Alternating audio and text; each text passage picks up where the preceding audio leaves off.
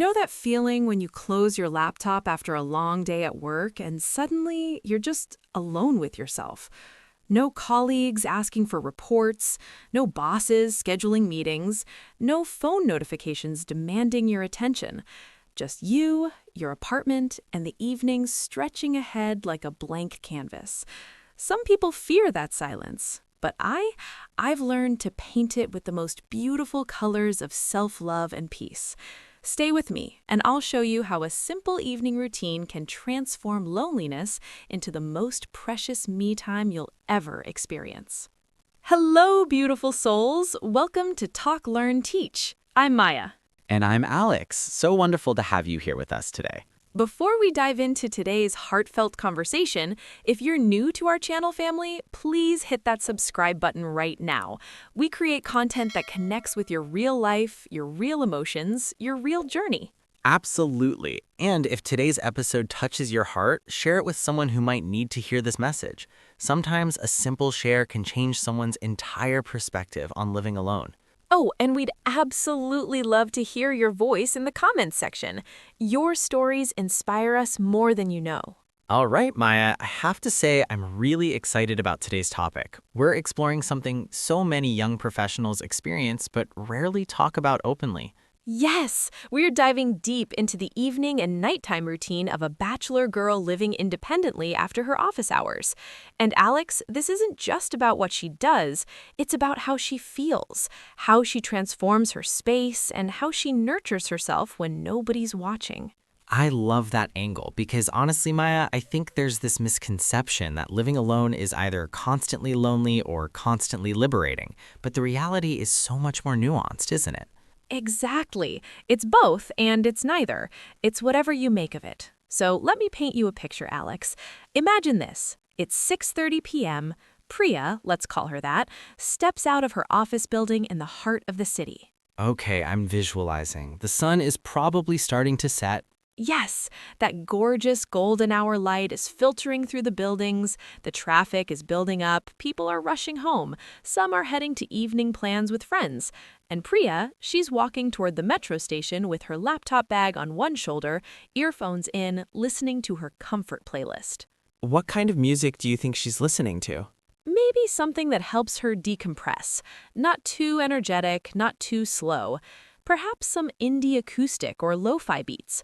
Something that creates a buffer between her work persona and her authentic self. Ah, that transition music. I get that. It's like an auditory cleansing ritual. Exactly. So she's on the metro now, and here's something beautiful. She's not scrolling mindlessly through social media. She's actually looking out the window, watching the city transform from day to evening. Oh, she's allowing herself to just be. That's already so different from what most people do during their commute. We're usually trying to stay productive or entertained every single second. Right? But Priya has learned something powerful. The commute is her decompression chamber. It's her time to let the work stress dissolve before she reaches her sanctuary. Her sanctuary being her apartment? Her home, her space, her kingdom. So it's around 7:15 p.m. when she finally unlocks her door. And Alex, can I tell you something beautiful about this moment? Please do. The very first thing she does, even before removing her shoes, is pause at the doorway and take a deep breath. She looks at her living space, acknowledges that she made it through another day, and whispers to herself, "Welcome home, Priya." Wait, she actually says that out loud? Yes. At first, she felt silly doing it, but now it's become this sacred ritual. It's her way of honoring herself, of creating that shift from employee mode to self-care mode. I'm genuinely moved by that. It's such a simple act, but it's packed with self-compassion. Isn't it? So she removes her shoes, places them neatly by the door, and immediately changes out of her work clothes. No delays, no sitting in formal wear for hours. Smart. I imagine that physical act of changing clothes really helps shift her mental state too. Absolutely. She slips into her favorite oversized t-shirt and comfortable shorts. Sometimes she jokes to herself that this is her real uniform and everything else is just a costume. I love that perspective. So what happens next in her evening? Here's where it gets interesting, Maya. Many people living alone immediately turn on the TV for background noise because the silence feels too heavy. But Priya, she's embraced the quiet differently. How so? She opens her windows just a bit to let in the evening air and the distant sounds of the neighborhood. Children playing downstairs, neighbors chatting, maybe a dog barking somewhere. These sounds remind her that even though she lives alone, she's part of a living, breathing community. That's such a healthy way to reframe solitude. You're alone, but not isolated. Exactly. And then comes one of her favorite parts of the evening. She heads to her small kitchen and starts preparing dinner. Not from a delivery app, not from a microwave meal, but actual cooking. Now, I have to ask, is she some kind of master chef? Because cooking after a long day of work sounds exhausting to me. No. She's not making elaborate five-course meals. Sometimes it's just simple stir-fried vegetables with rice, or maybe some pasta with a quick tomato sauce, or dal and roti. The point isn't culinary perfection. Then what is the point? It's the ritual. It's the act of nurturing herself. When she chops vegetables, she's not just preparing food, she's practicing mindfulness. When she stirs the pan, she's creating something with her own hands. It's meditation and motion. And there's probably something deeply satisfying about feeding yourself food you made, right? Absolutely. She sets her small dining table, maybe lights a candle, and sits down to eat without her phone. Just her food, and her thoughts. Without her phone? That's rare nowadays. I know, but she's discovered that mealtime is her chance to actually taste her food, to check in with her body, to notice if she's eating because she's hungry or just eating mechanically. This is sounding less like a routine and more like a spiritual practice. Because it is. That's what she's figured out. Evening routines aren't just about getting things done. They're about honoring yourself after giving so much to the world during the day. Beautiful. So after dinner, what does her evening look like? Well, she cleans up her dishes immediately. She's learned that waking up to a clean kitchen makes mornings so much easier. It's a gift to her future self. Oh, I love that framing. A gift to her future self. Right? And then around 8:30 p.m., she has what she calls her choice hour. Choice hour? What's that? It's the hour where she consciously decides what she needs most that evening. Some days she might need to call her parents or a close friend because she's craving connection. Other days she might need complete solitude and will take a long bath with calming music. So it's not a fixed routine. She's actually listening to what she needs. Exactly. Sometimes choice hour means watching a favorite show guilt-free. Sometimes it means working on a personal project, painting, or writing in her journal. Sometimes it's just sitting on her balcony with a cup of herbal tea, watching the world slow down. There's something really mature about that level of self-awareness, knowing what you need and giving it to yourself. Yes, and here's something she does that I find particularly touching. On days when she feels the loneliness creeping in, when the silence feels too loud, she doesn't fight it or distract herself aggressively. What does she do instead? She acknowledges it.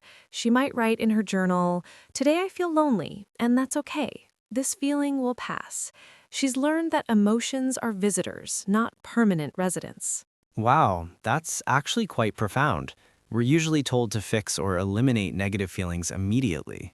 But she's discovered that sometimes the quickest way through a feeling is to feel it fully and let it move through you. Fighting it only makes it stick around longer. So true. Now, as the evening progresses toward bedtime, what does that transition look like for her? Around 9:30 or 10 p.m., she starts her wind-down ritual. She dims the lights in her apartment, creating that cozy, sleepy atmosphere. She switches from bright white lights to warm yellow lamps. The lighting makes such a difference in signaling to our brains that it's time to relax. Absolutely. And then she prepares her space for the next day. She sets out her work clothes, packs her lunch for tomorrow if needed, places her keys and bag by the door. Again, that gift to future self concept. Yes, she's basically tucking her future self in for success. And then comes her skincare routine, which is less about beauty and more about self-care. Tell me more about that distinction. Well, when she cleanses her face, applies toner, moisturizer, she's not thinking, "I need to look perfect." She's thinking, "This is how I care for myself. This is how I honor my body." It's an act of love, not vanity. Exactly.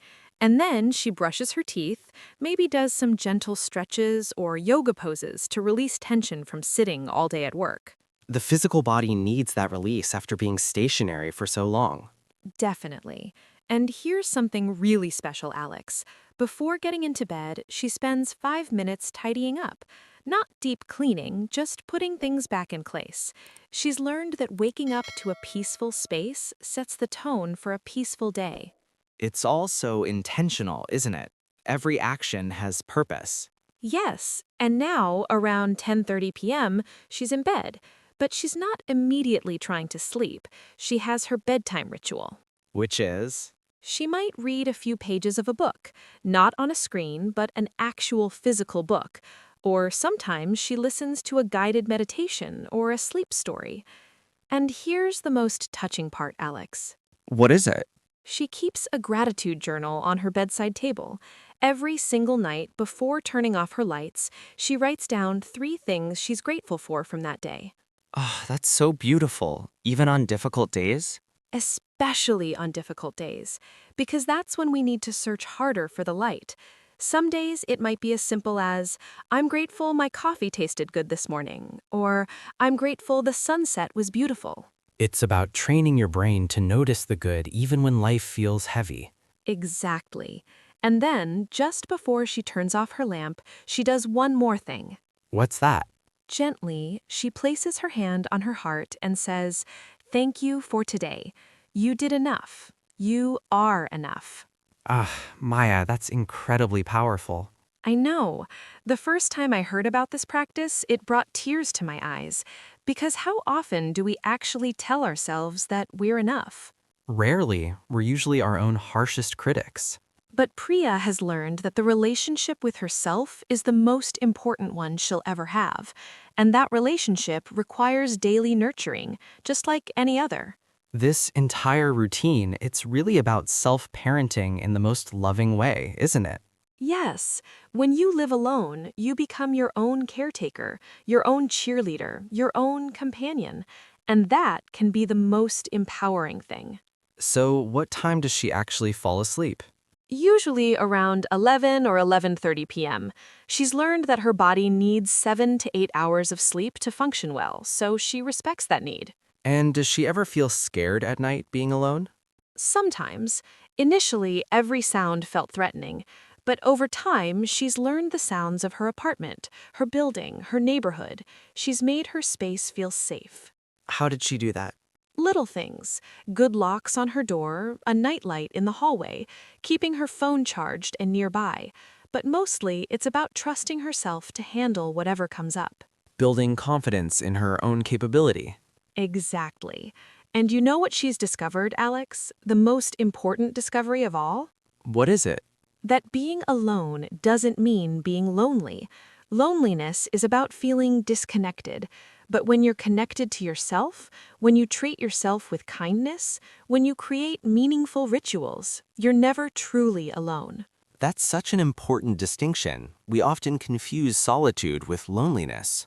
Yes, solitude can be sacred. It can be healing. It can be the space where you discover who you truly are beneath all the roles you play for others. So, for anyone listening who's living alone or about to start living alone, what would you want them to take away from Priya's story? I'd want them to know that your evening routine is your sanctuary. It's your daily opportunity to show yourself love. Don't just exist in your space. Create rituals that make you feel cared for. And it doesn't have to be perfect or Instagram worthy, right? Definitely not. Some evenings, Priya orders takeout and watches silly videos on her phone, and that's perfectly okay too. It's about balance and listening to what you need. I think a lot of people needed to hear this conversation today. Living alone is becoming more common, but we don't talk enough about how to do it in a way that's nurturing rather than just surviving. Absolutely. And I hope Priya's story reminds everyone that you can be your own best friend, your own safe harbor, your own home. Beautiful way to put it, Maya. Thank you for sharing this story with us today. Thank you for being such a wonderful co-host, Alex. And thank you to everyone watching. Before we wrap up, let's remind our viewers, if you haven't already, please subscribe to Talk, Learn, Teach. We create these heartfelt conversations every week. Yes, and we genuinely want to hear from you. In the comments below, share something about your evening routine. What's one thing you do for yourself after work that makes you feel cared for? Or if you're living alone, what's been your biggest challenge and your biggest joy? We read every single comment, and your stories inspire our future episodes. And if this episode resonated with you, share it with someone who might need this message today. You never know whose life you might touch. Until next time, take care of yourselves, beautiful souls. Remember, you are your own home. Make it a place where your soul feels safe, loved, and free. Good night from Talk, Learn, Teach. Sweet dreams, everyone.